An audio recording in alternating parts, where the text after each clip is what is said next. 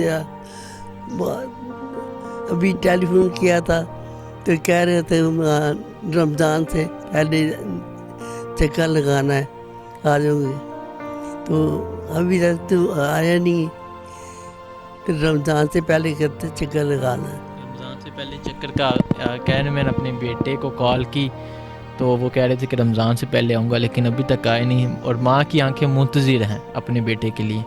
ماں کی آنکھیں اپنے بیٹوں کے لیے منتظر ہیں۔ ماں اپنے بیٹوں کو یاد کریے کہ بیٹوں ان کی نگاہیں ہمیشہ دروازے پہ ہوتی ہیں کہ کب ان کا بیٹا آتا ہے۔ نماز پڑھتی ہوں، نماز میں دعا مانگتی ہے بچے آ جائے۔ ادھر بھی آرام ہے، بہت زیادہ آرام ہے، ادھر بھی رہنا چاہتی ہوں، کہتی بچے بھی نظر آتے ہیں، بچے نظر آتے ہیں ماں کو، تو ماں تو تب بھی خوش ہوتی ہے۔ ہاں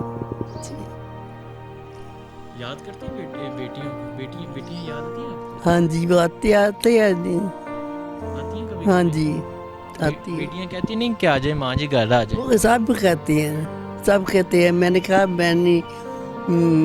میں کہتے رہا ہوں آپ سنبھالنا مشکل ہوگا، میں ٹھیک کرتی۔ ماں جی آپ اپنی بیٹیوں کو ساری زندگی سنبھال سکتی ہیں، آپ اپنے بیٹوں کو سنبھال سکتی ہیں، تو آج اگر آپ پہ وقت آیا ہے تو کیا آپ وہ نہیں سنبھال سکتے آپ کو؟ نہیں، وہ تو کہتی ہے نا ہمارے بچے بڑے ہو گئے ہیں تو ہم بچے سنبھالیں گے، سب مل کے کار کریں گے، نوکر رکھ دیں گے، دیو رکھ لیے، آپ آ جاؤ۔ میں نے ابھی تک میں مانی نہیں ہوں۔ بیٹوں کے بارے میں بتائیں، جو نیوزی لینڈ والا بیٹا اس نے کبھی کال نہیں اس نے رابطہ نہیں کیا، اس نے کبھی رابطہ نہیں کیا آپ سے؟ نہیں۔ یاد آتا ہے آپ کو؟ بہت زیادہ تھا، اچھے کو بھی بھول گئی ہے، 8 سال ہو گئے۔ 8 سال ہو گئے ہیں، اس نے کبھی آپ سے رابطہ نہیں، ایک 3.5 سال میں چکر لگایا تھا، 1 مہینہ رہ کے چلا گیا، پھر نہیں آیا۔ یاد آتا ہے؟ آیا تو جب آپ کو اپنے بیٹے یاد آتے ہیں تو کیا کرتی ہیں؟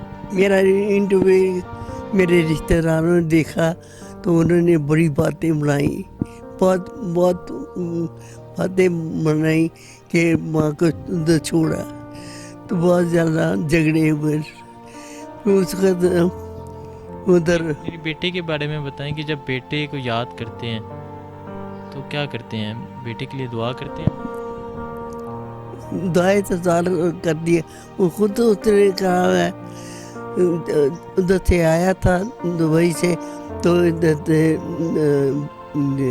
یہ کرونا شروع ہو گیا، تو اس وقت جاب لیس ہے، تو کہتا ہے کہ میں سیٹل ہو جاتا ہوں تو لے جاتا ہوں۔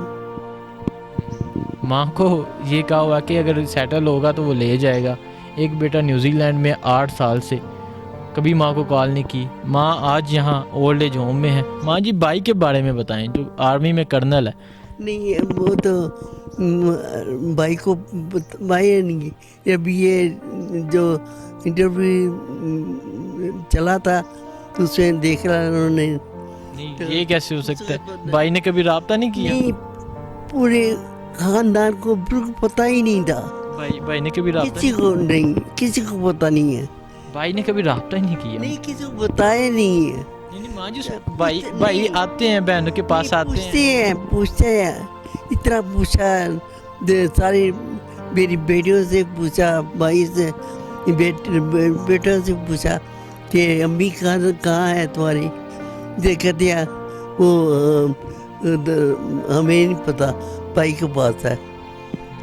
بیٹیاں کہتی ہیں ہمیں نہیں پتہ بھائی کے پاس ہے، اور بھائی کو پتہ نہیں ہے۔ بھائی نے کبھی کال نہیں کی؟ نہیں کہا تھا کہ نہیں بتانا نہیں، میں آؤں گا تو واپس لے آؤں گا، تو کسی کو بتانے چلے، بڑا مناتے ہیں۔ کسی کو بتائیں گے تو وہ برا لوگ مانیں گے، اور خود کوئی پرواہ نہیں ماں کی۔ ماں کو اس ایج میں ماں کیسے کہہ سکتی ہے ان کو برا؟ ماں نہیں کہہ سکتی۔ ماں کا دل کبھی بھی اپنے بیٹے بیٹیوں کو نہیں برا کہہ سکتا۔ ماں کے بال سفید ہو گئے، ماں سے چلا نہیں جاتا۔ ماں آج بھی اپنی تصاویر لے کے اپنے بیٹوں کو یاد کرتی ہیں، آج بھی ان کی تصاویر لے کے ہمیشہ ان کی نگاہ دروازے تک ہوتی ہے، کب ان کا بیٹا آتا ہے، ہمیشہ ان کی نگاہیں منتظر ہیں اپنے بیٹوں کی۔ ماں جی یاد کرتی ہیں اپنی فیملی سب کو، جو آپ نے وقت گزارا اپنی فیملی کے ساتھ؟ سب سے 3 سال ہو گئے ہیں ادھر، کہ سارے یاد آتے ہیں، سب یاد آتے ہیں۔ ہاں جی، آنسو آ گیا ماں جی۔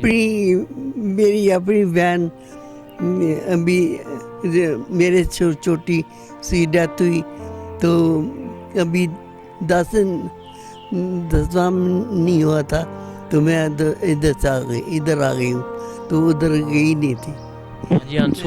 ماں جی آنسو آ گیا آپ کے یہاں؟ اصل رکو بھی رکتے نہیں ہیں، نہیں رکتے۔